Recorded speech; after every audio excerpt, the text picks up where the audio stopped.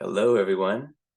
Uh, Um, Thanks so much for joining us and being here for Sounds Promising Part 2. Just in case you're not familiar with our program, um, well, first let me introduce myself. My name is Kevin Kumar. I'm the co-artistic director of Celestina, and also with a big face on screen is my co-director, Maya Jasper White.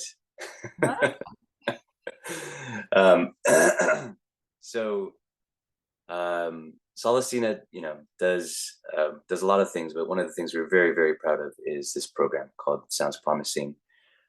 It's meant to be a very practical education for composers who've already started their careers or on the verge of starting their professional careers, and we have hundreds of applicants, and we sadly have to narrow them down to about 10 composers.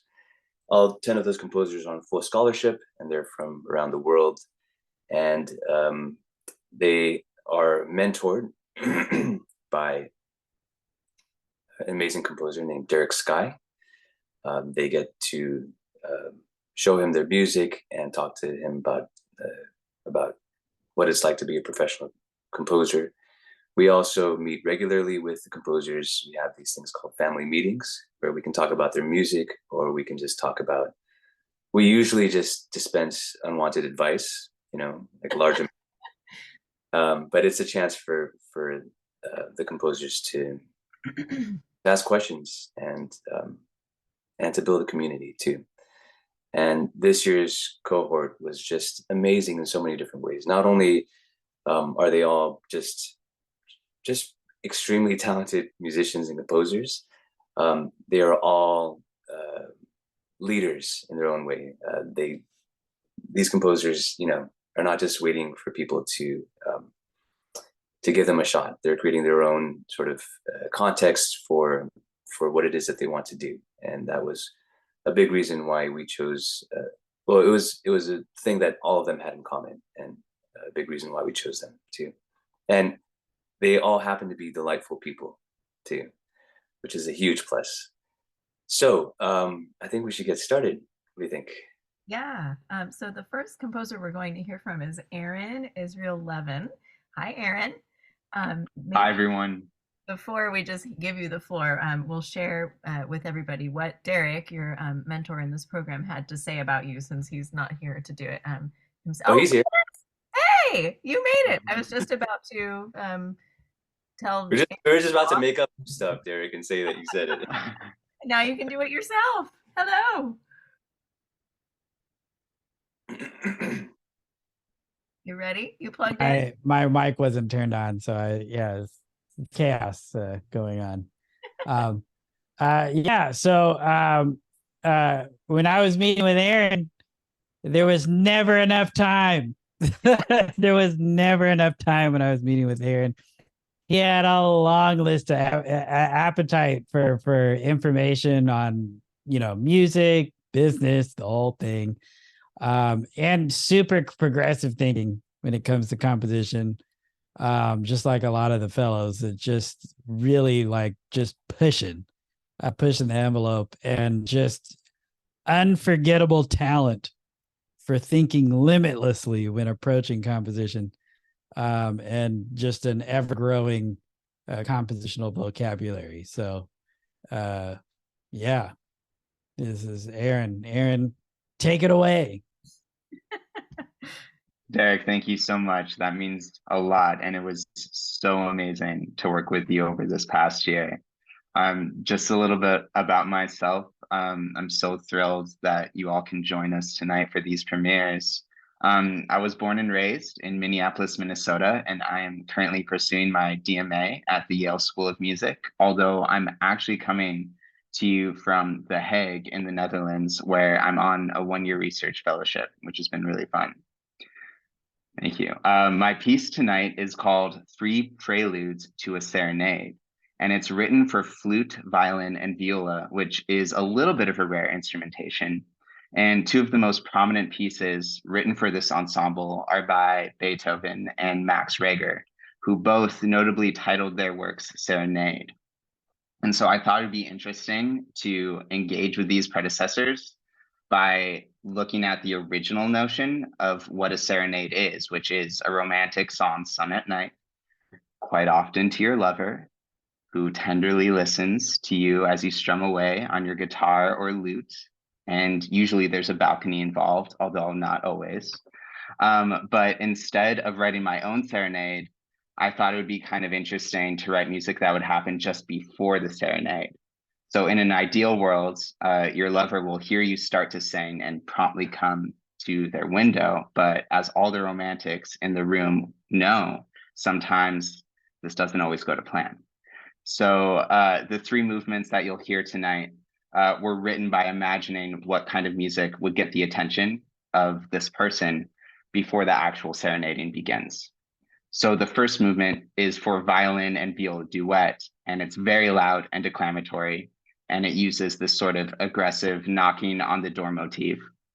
The second movement is for solo flute, and it's something between an aria and a recitative, and it actually uses the text of Shakespeare's Juliet as she pontificates on her balcony, unaware that Romeo is actually below her, overhearing her soliloquy.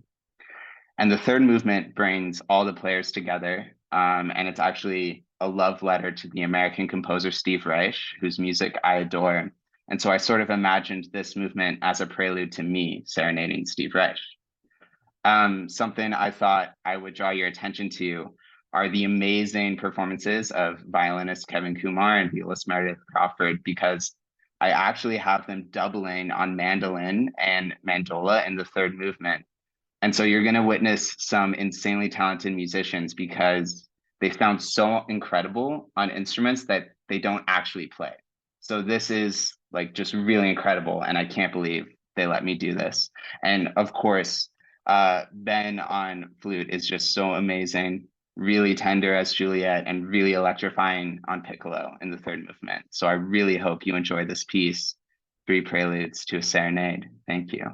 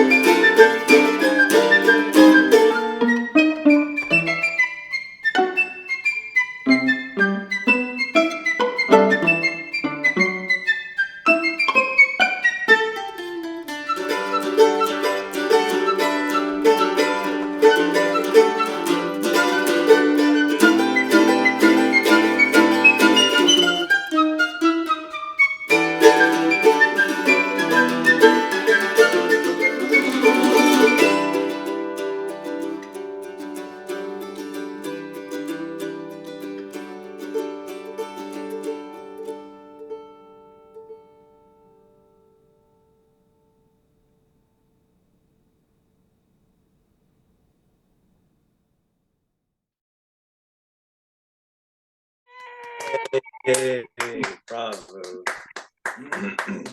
Aaron, I love when something that is so clever conceptually is actually backed up by, by substance too. So just fantastic job on the piece. Thank you so much, Kevin. And you guys are so incredible. I'm so blown away by that performance. It's just so great. I feel like I can just enjoy it as a listener, I forget that Good. I had anything to do with it. No, you had to, and I mean, I have to admit, I was like sweating a little bit as listening. Remember, I mean, the way that it comes across is like it has this beautiful flow, but inside, we're counting like crazy people. Yeah. To the listeners, just so you know, this piece is so hard to play, and so it's like so incredible what these musicians are doing. It's just incredible. All right. So if you have questions for Aaron, we will put them in the chat, and we will get to them at the end of the session. And I'm sorry, Aaron, that we forgot to mention beforehand that if you want to listen to the video, at a higher resolution, then you can go to YouTube. There's a link there. I'm sorry that we had to type all that during the piece, but no worries. Thank you so much. Yeah. So for the rest of them too, if you want to do that, just go to the link in YouTube or you can just stay here in Zoom. It sounds pretty good in here too. So either way. Okay. Derek, would you like to introduce Ziggy? Hey, Ziggy. Derek may. Yeah. Sorry. Hey. No, you're good. Sorry. Sorry. It's just it's like a confluence of things. Yes. So Ziggy has a very holistic approach to composition. In our conversations, we would always be thinking about, well, there's an endless amount of sounds in the universe. And how can we incorporate all of these into a composition? So the sound vocabulary was literally infinite. Like, well, what can we do? And so our conversations and in addition to our conversations about the craft of composition, there was conversations about, business teaching, the culture of classical music, especially kind of as it exists in Europe, and the pedagogy of tradition in classical music, which is a hot topic for our conversations. But Ziggy has got a musical talent that spans genres. And so, Ziggy, when I turn it over to you, you got to tell them what I'm talking about. And so our lessons were wonderful in that they were always barrier free. Always barrier free. It was always like, well, sure, why not? Like let's try this, let's try that. Like, why not? Why don't we try it? And so it's just a wonderful, wonderful composer, human being. Truly always thinking about that holistic approach to composition. All right, Ziggy, get in there. Oh, thank you so much, Derek. That's so unbelievably kind of you. Thank you. It's very interesting you talking about holistic, because some other words that I've been told have been used to describe my approach is sometimes irreverent, which can sometimes mean a good thing and sometimes mean a bad thing. Who knows? But yes, for those who don't know me, hello, I'm Zygmunt. Call me Ziggy. It's probably easier. I do a multitude of different things. I'm currently doing an MA in opera making and writing at the Guildhall School of Music and Drama. I run a music magazine called Preludes. I sing and play guitar in a punk band, and I also work in immersive theatre for a London-based organisation called Mashmos. And for those unaware, I am from London in the UK. And interesting that, Derek, thank you so much for bringing up this idea of holistic, and also then me bringing up irreverence. And another word that potentially I might throw in there is childlike. And the reason why I bring in childlike is through the works of two composers. Firstly, Lawrence Osborne, who I'm currently editing an article on, and he said something about Ravel, which was really fascinating. The idea of that Ravel is profound precisely because he's superficial, because there is a beautiful kind of exploratory and thus childlike quality within his works. and also the composer Alex Paxton, who has told me once he wants to be the Roald Dahl of children's music, which I love. And so in the piece you're about to hear, A Lighthouse Fever Dream, I'm exploring this kind of idea of childish naivete as metaphor for mental health, using a kind of poem, kind of monodrama soliloquy that has been beautifully narrated by a longtime collaborator and friend of mine, Lisa Maida, who's a British-Japanese actor, and so wonderfully performed by Luann Homsey and Charles Tyler and Hye-Jin Kim. I'm so infinitely grateful to those three wonderful musicians, and to Maya, Kevin, Derek. Thank you so much for having me. This is just sublime. Thank you so much.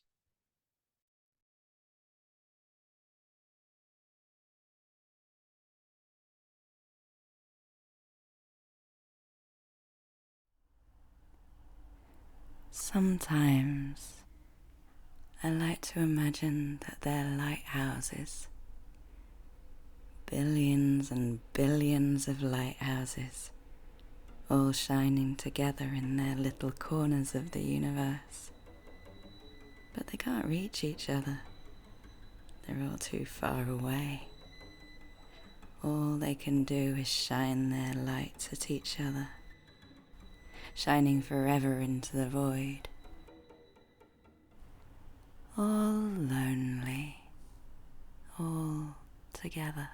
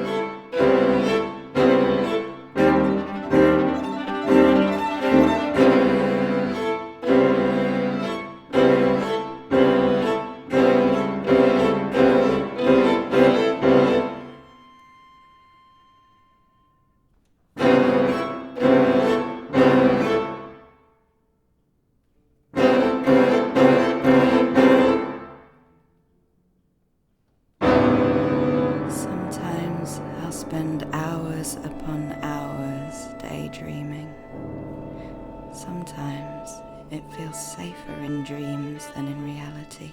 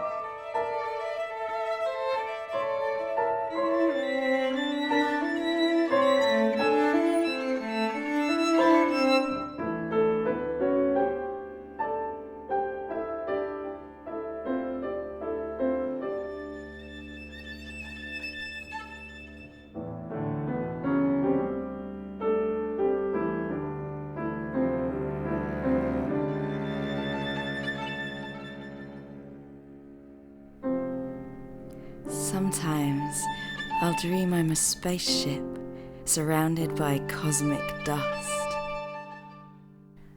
Like I'm far, far away, exploring alien worlds and writing my name in the stars.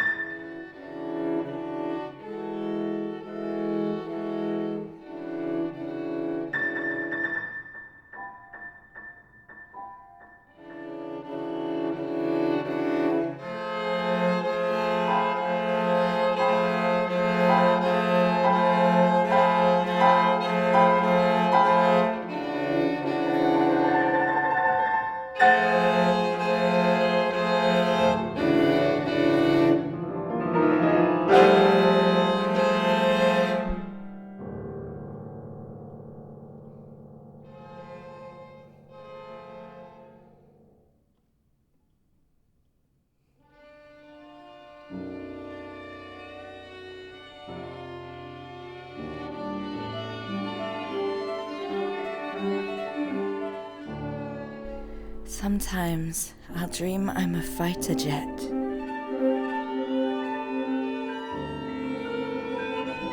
Fuel burning in my belly. Fire thrusting through my engines as I take off.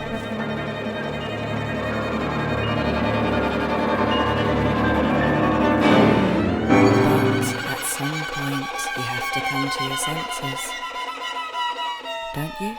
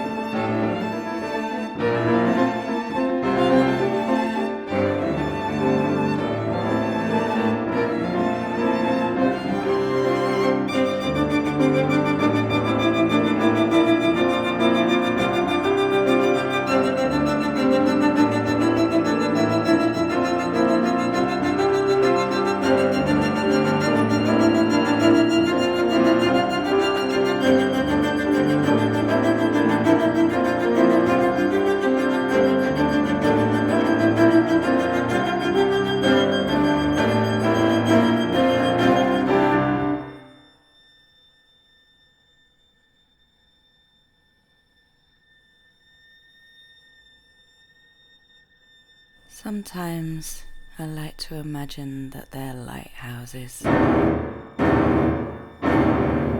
Billions and billions of lighthouses, all shining together in their little corners of the universe. Sometimes I feel like the world is crashing down around me. Sometimes it feels like everything is too much. And sometimes it's hard to feel anything at all.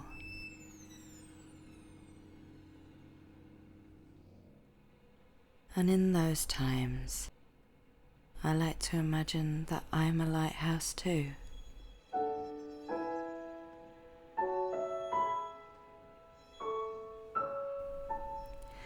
And find a way to shine my light amongst all the other stars. A simple reminder to myself that I'm still here. Because even when my world is shrouded in darkness, I can at least try and make yours a little bit brighter.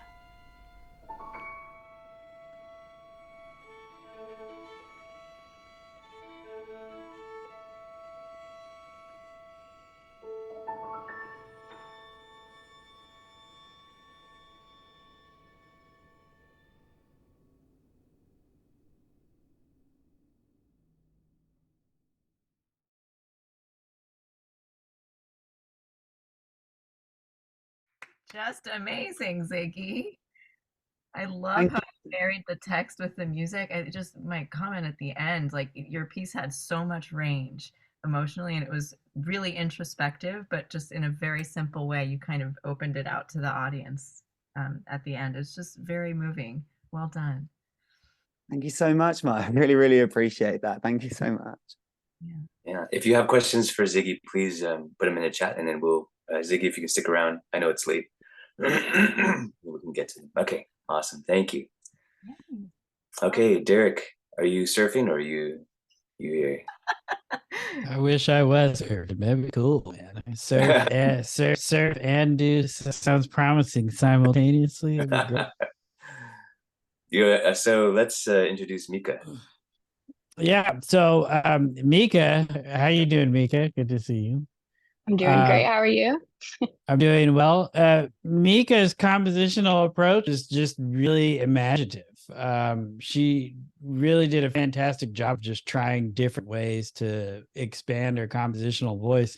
So, like as a composer, if anybody who's not a composer that's observing, we're always kind of looking for like what's the right tool or like what's the right key to kind of unlock our best or the voice that we like the most in our compositions.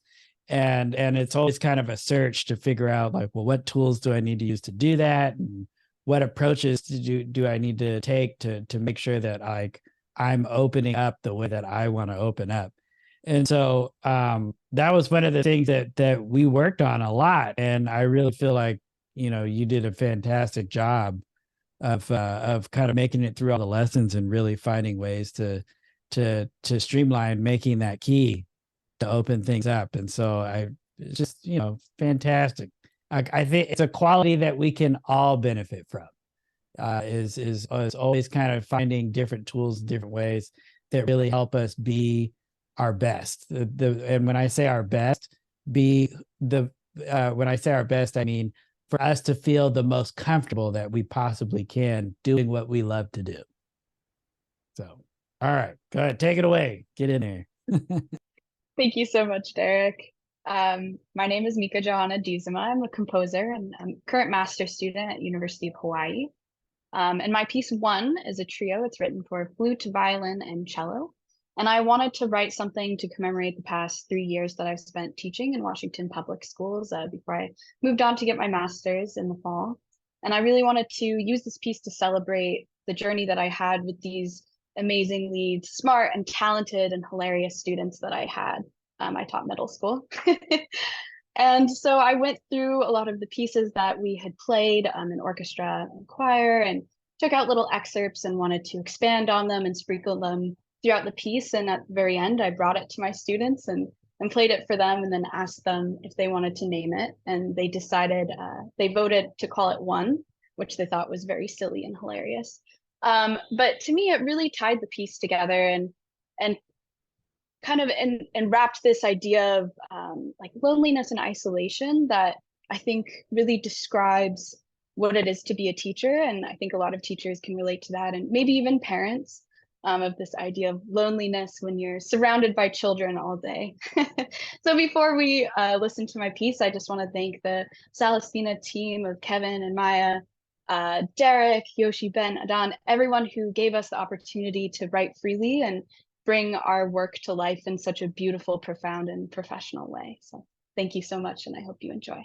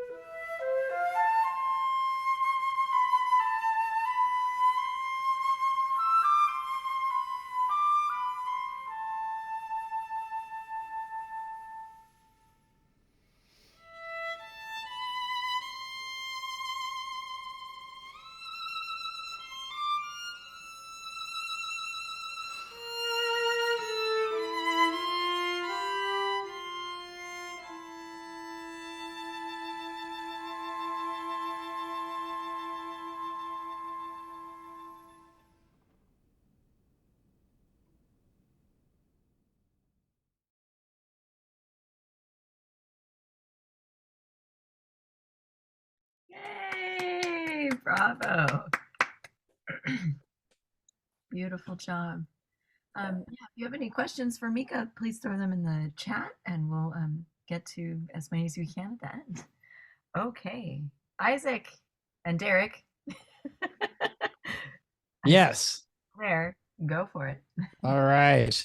So Isaac has a wonderful ear for visual music, like music where you hear it and it just makes you just imagine like really anything, like but becomes very visual.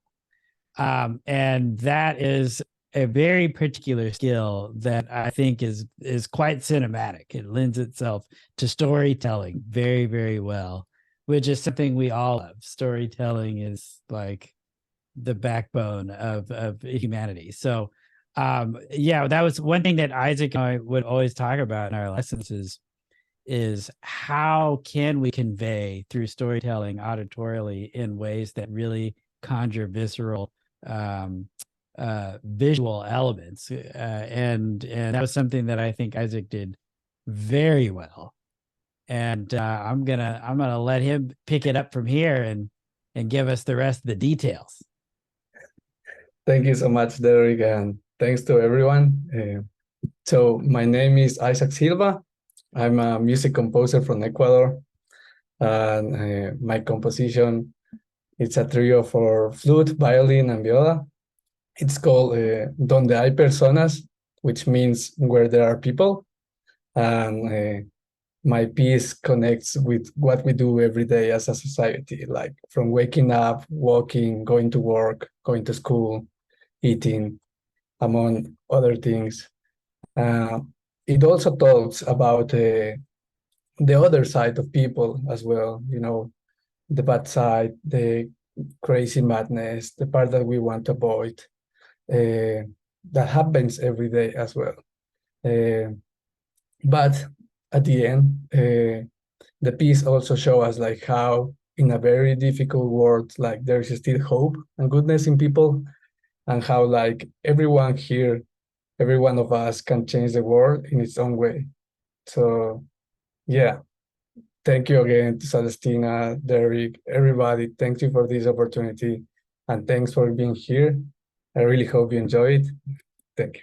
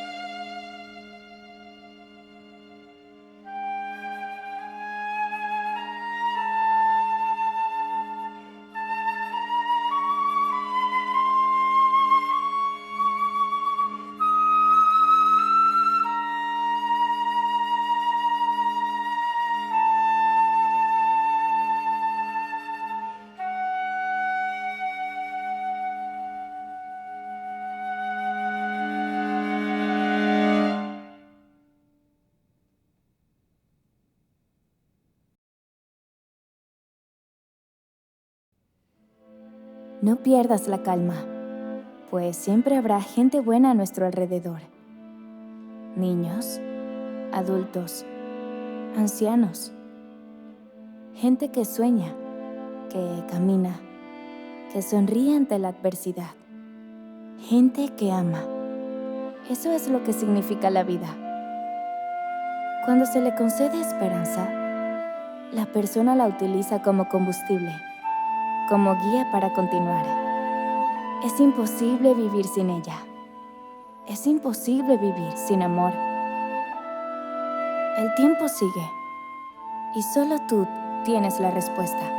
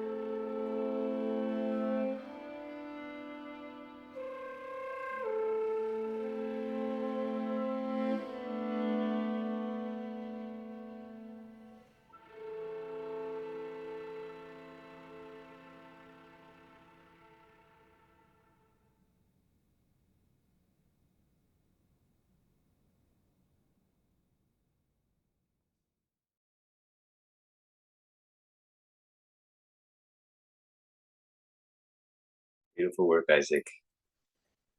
Thank you so much. Bravo. If you can stick around, we'll take any questions for you and ask you them in a little bit. Sound good? Yes. Yes. Oh, thank you. Okay, and I'm a little bit sad now because this is our final premiere of the year. Yeah, it's just been I hope it's been a great experience for the composers, but for us too, it's been a really great experience. So thank you to all the composers, and I'll turn it over to Derek now to introduce William. All right.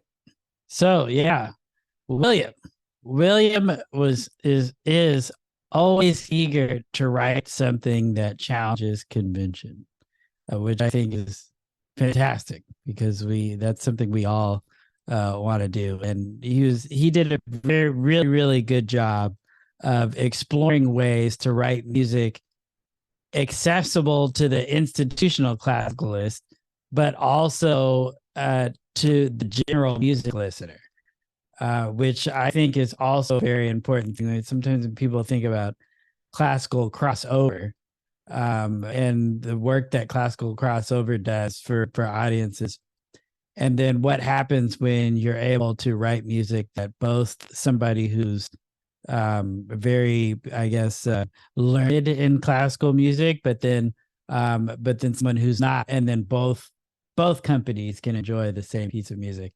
And I think William is always eager to write something that kind of rides that line, which I think is super awesome and super inspiring, because that's the purpose of music, is to bring people together, right? And so the more people that you can bring together, the more of an impact your music can have on a lot of different lives. So fantastic, William.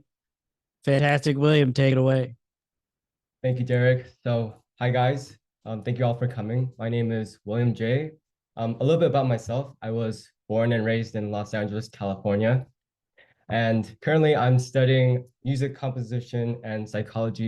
at the Eastman School of Music and subsequently the University of Rochester.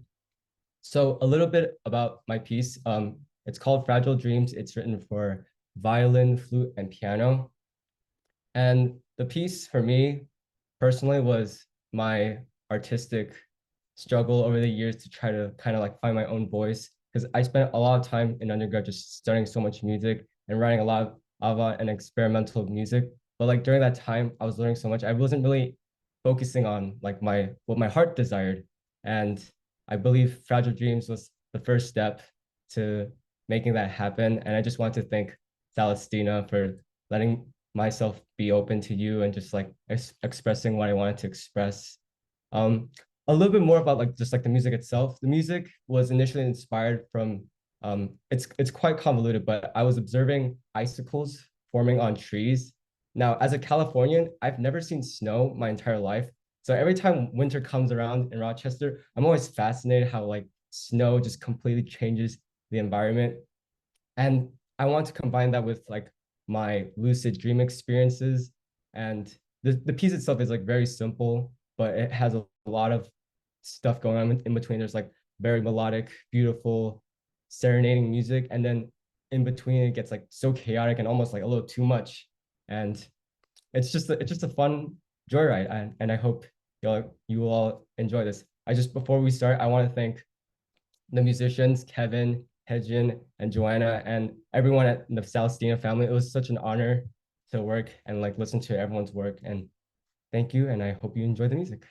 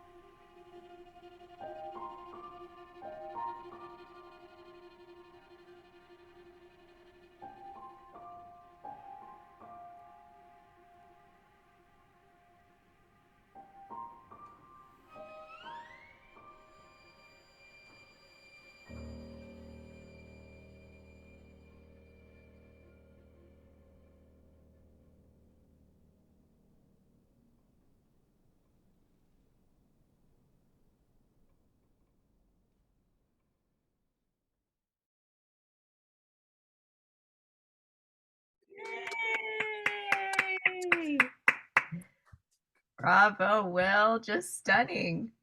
I have to echo what was said in the chat too.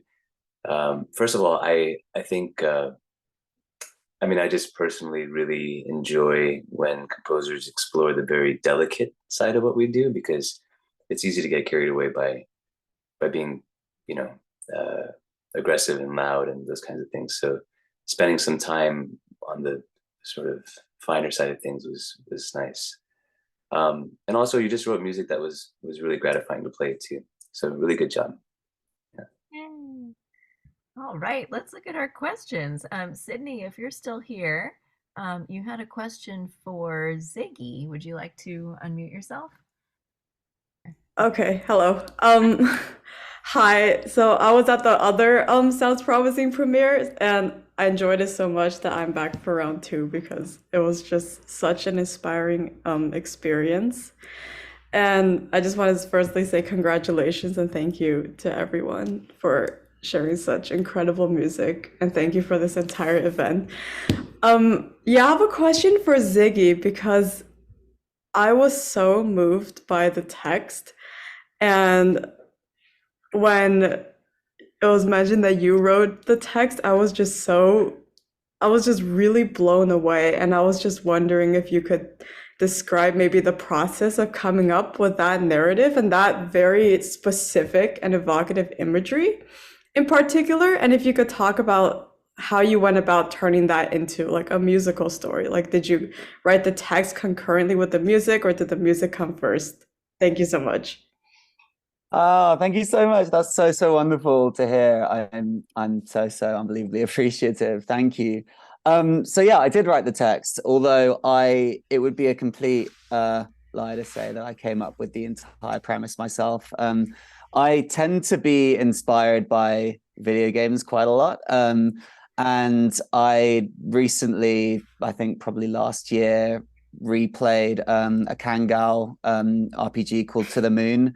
It's a beautiful sci-fi indie RPG about a group of scientists who basically create new memories for people on their deathbeds who have regrets in life.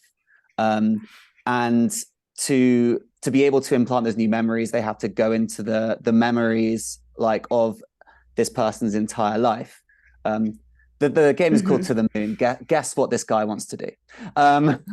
But essentially, there's a really beautiful scene that happens towards the end of the game that's alluded to throughout the entire game of this man as a child, as someone 5 or 6, just watching the stars and then meeting another child there. And they have this beautiful conversation just about what they think the stars are. And the girl just goes, sometimes I like to imagine they're lighthouses.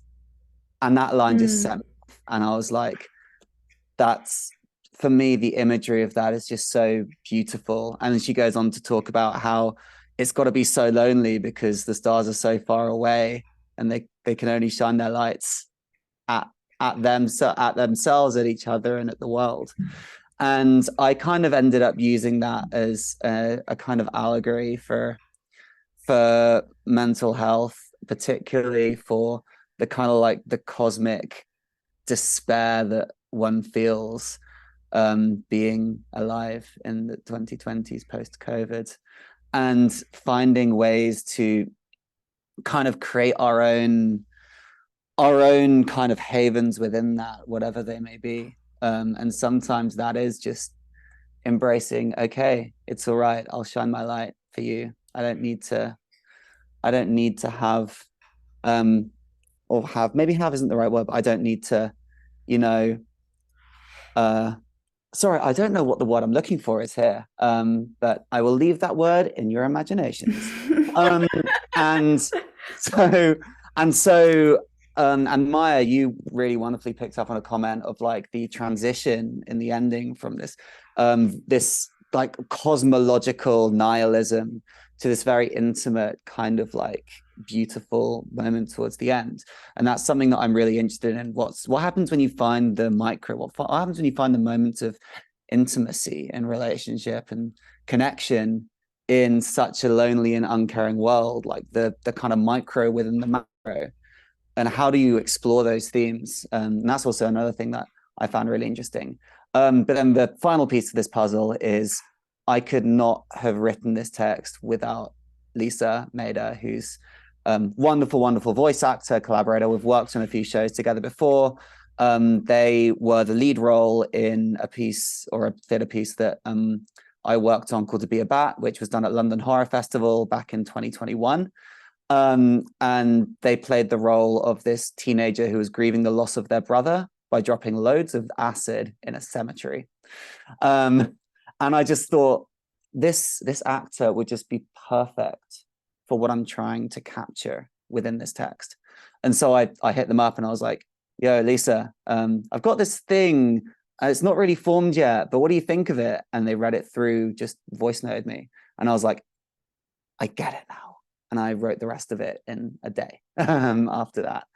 And for me, there's a musicality within the text that I felt naturally kind of came out through the process of writing the text. As I wrote it, I kind of already had the ideas of, I want the violin to be alternating harmonics here, or, oh, what would happen if at this moment we brought the intro back and everyone, blah, blah, blah. So I think they happen concurrently, essentially, is how I describe that. Sorry, Sydney, that was a very long-winded answer. No, thank you so much for taking so much time to answer my questions so thoroughly. And I just want to say thank you and congratulations again. It was a really, really beautiful piece. Thank you so much, Sydney. Really appreciate it. I just wanted to mention that you may have seen some performers that aren't our usual resident artists. And I just wanted to say a special thank you to those musicians. I don't know if all of them are here, but Len Holmesy, Charlie Tyler, Johanna Bornstein. Yeah, Charlie's here. Charlie, if you wouldn't mind unmuting, you don't have to show your camera if you don't want, but oh no, it's fine. Sorry, I was on my way. Charlie! Yay! Hey! You made it. I'm so glad you made it. Yeah, sorry, I got the tail end, but yeah, no, it was just such a pleasure to be a part of this entire project. Both I played on, I think, 3 or 4 pieces on the previous Sounds Promising happy hour, and then one on this one in Ziggy's piece. But yeah, such an amazing thing Celestina has done for these young composers, but also us performers. Like, really, it just was one of the most memorable projects of the whole year for me, to be honest. Just getting to dive into these pieces, explore all these different styles of writing back to back, trying to really bring it to life. And I think you guys did such a wonderful job giving us the space to really do it justice with enough rehearsal time and really record it to the best of our ability. And yeah, so congrats to everyone. I mean, all these pieces that I've been listening to for the last hour have just been tremendous and so individual and distinct in their own ways. So, yeah, thank you. Guys, you should take that to the bank, because if Charlie says it's like one of the most heartening things that he's done all year, you have no idea how much this man works. He does so much. So that really, not just because he's a badass cellist and just a lovely guy, but he is constantly he's everywhere. So that really means all the more. So bravo to everybody. Thank you, Charlie. Of course. Thank you.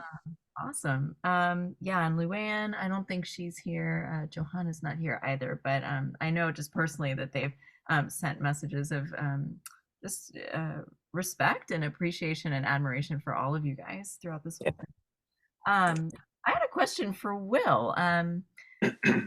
You mentioned that this was a sort of departure from styles that you had been experimenting with, and I had the opportunity to sit in on the session, and I do remember thinking like, wow, this is very different from the pieces you submitted in your application, which were excellent, and it's why you're here, and they were very good. And I never would have said that those didn't have a voice. I mean, on the contrary, again, that's why part of how we come to select the finalists and then the people who end up being in the cohort. So I'm curious what, if my memory is correct, the style that you described for this piece as being kind of more personally authentic to a direction that you'd like to go in with your own voice. It's less overtly modern than what I recall listening to before. And I just wanted to hear you speak to that and what that experience has been like for you, just as a composer living now with the expectations put on you to kind of reinvent the wheel sometimes. I imagine that can be tricky. So yeah, that's my question. Thank you for that question.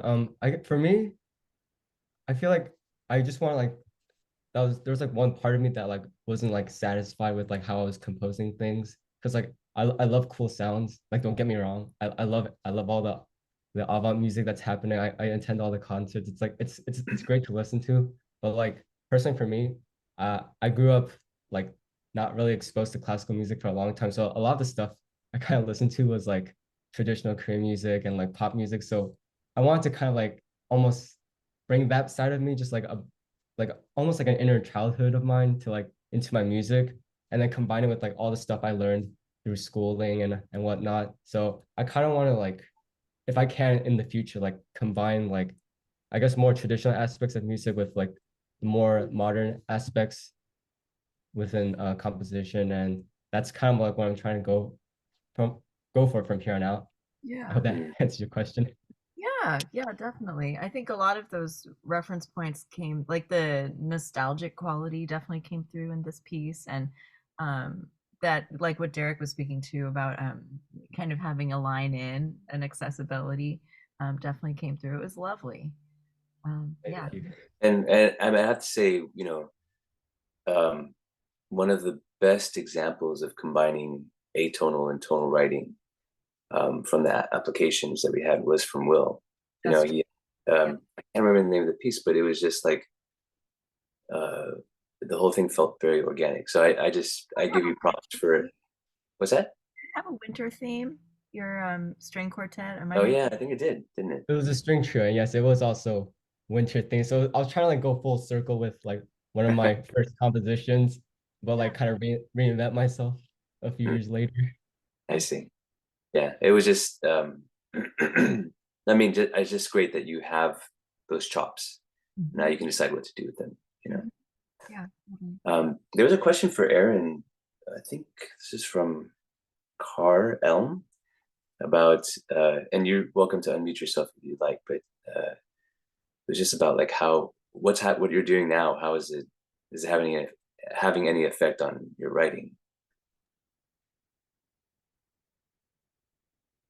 Yeah, I can speak to that a little bit. Absolutely. So I'm really excited and honored to be spending a year studying in The Hague in the Netherlands through a fellowship that supports American musicians to study abroad, to further their studies and sort of get a broader cultural experience. And I think it's definitely had an impact on my music. And you know, I've done all my music education in the United States, and it's been amazing, and I've had such a great education. But of course, there's an entire world out there. And so it's been really fantastic for me to be able to sort of get a glimpse of some of the other ways of approaching being an artist in the world, of being a musician in the world, and all the infinite possibilities out there. So it's really humbling, but also super exciting. And I think it's given me a lot of perspective. More specifically, I think if anyone knows Dutch art, there's such beautiful landscapes in the Netherlands. And so I think that's definitely been a huge influence on me already. I wrote a really short piece, like a 2-minute piece called Tarwe, which is Dutch for wheat. And that's one of the biggest crops in the Netherlands. And so I think that image really inspired me. So we'll see what happens. You know, it's only November. I have a few more months left. But yeah, thank you for that question. I really appreciate it. I have I don't know if it's a comment, a wish. Can we all wish Derek a happy birthday? Oh my God, yeah. Today is Happy Derek's birthday, young man. Happy birthday. Thank you very much. Zoom sing. Thanks a lot. No Zoom singing. It'll like mess it all up. The goat. That's right. Oh, sorry, go ahead. Oh, that's it. Keon said Derek's the goat, and it is very true. It is very true. No. know it, and we wish you the best day. And it's just a great way to give you some extra love and thank you for your role in this whole program forever and ever, but especially this year. You just really helped everyone knock it out of the park. Absolutely. Well, everybody's like, there's just a mountain of talent in the Zoom and on many other Zooms, it's just mountains of talent. So I didn't have to do much. Isaac, so can you tell us what it's like being a professional musician in Ecuador? Like what's yeah. Well, it's a little bit difficult here in Ecuador, like culture and music education and in general arts education is really not so popular. So let's say the government or any institution doesn't have money, they will cut out like music and arts. So there is not that like, there's not that culture, especially in older generations. I think nowadays it's getting better, but we still need more like to create like a social engagement in newer generations, like for arts and music. So yeah, it's a little bit difficult, but yeah, I'm working on that. I really want to change that to get a better like musical educational system here in Ecuador in South America, like because we have a lot of amazing things here. So I really want to show them to the world. So yeah. I guess part of my question is, like, do you see yourself sticking around there, or do you feel like, you know, to really work as a composer, do you need to leave and go to like a, you know, like a capital? Well, I think about moving, but I would love to stay here. You know, I guess now it's easier because like for composers we have a lot of flexibility, like doing remote works and things like that. But I think in order to get like that better music education and that like to generate that change here, part of it will be to stay here as well, you know. So I try to like let's say do some workshops and things like that, but also like try to bring them here and not like apply all of the things that I learned here. So yeah. I see. Okay. And oh, sorry, go ahead, Maya. Oh, just seconding that. I think that's great that you want to make a go of it where you are, and I think technology can only assist with that. And anyways, I did want to make sure to take one moment to just kind of remind the audience, those listening, that if you are in a position to donate any amount in support of this program, the operating cost per participant is just over $4,000 US dollars per person to be able to provide months of instruction, the quality of the audio and video recordings that we give them to use for free indefinitely. So if you are able to give, it really goes a long way towards making sure that we can continue to provide this at zero cost. And we can't really overstate how rare that is. And the composers have told us over and over that there's this chicken or the egg problem with getting high quality performances and recordings of their music, and this program partially exists in order to work around that. That, you know, this idea of, but in order to get really great musicians to record my music, I have to have a good recording first, you know, and we try to sort of address that with this very program, and it is not free for us to provide. So if you're able to support it in any way, it really is appreciated. Okay, anyone else have questions? Yeah. Oh, I mean, there's a question from Carl, but Mieke, I was just wondering, so, you know, going from teaching to, well, you want to talk about what you're doing now and what your plans are next? Sure. Right now I'm doing my master's at University of Hawaii. A lot of the curriculum there is really centered around intercultural composition, which is really unique to that program. So I'm studying with a lot of composers who kind of have their foot in both worlds, and Korean or Japanese music and instruments. So right now I have a really unique opportunity to write for koto, which is a Japanese other instrument and string quartet. So I'm figuring out all the ins and outs of that, which is really interesting and really unique. So they've got a really interesting program there. As far as my time after my master's, I'm not entirely sure yet. I'd love to go for a PhD or a doctorate, but we'll see what happens if I'm sick of studies. I always hear that teachers are the worst students, so I'd have to ask my professors. Okay, that's part of it. Like having been a teacher, is that something you still see in your future, or you just like you've done that? In terms of public school teaching, I'm not sure. It's a really tough job and I really loved it, but it's hard. I think maybe any public school teacher can relate to this, to have like any sort of resemblance to a personal life or life outside of public school teaching is pretty tough. And it's very emotionally taxing. So while I did love it and I loved working with the students and they really inspired me, I'm not sure if I'll go back to public school teaching. I might. We'll see. Okay, thank you. Cara, you had a good question about, what it was like for them to do this over Zoom. Well, a couple of the composers were there in person. From this cohort, from this group today, William happened to be in town, so he could be there. But for the other composers, if you want to talk about what it was like to do this over Zoom, I'd be interested in hearing about it too. Anybody? All of you guys, feel free. Yeah. I mean, I guess, sorry.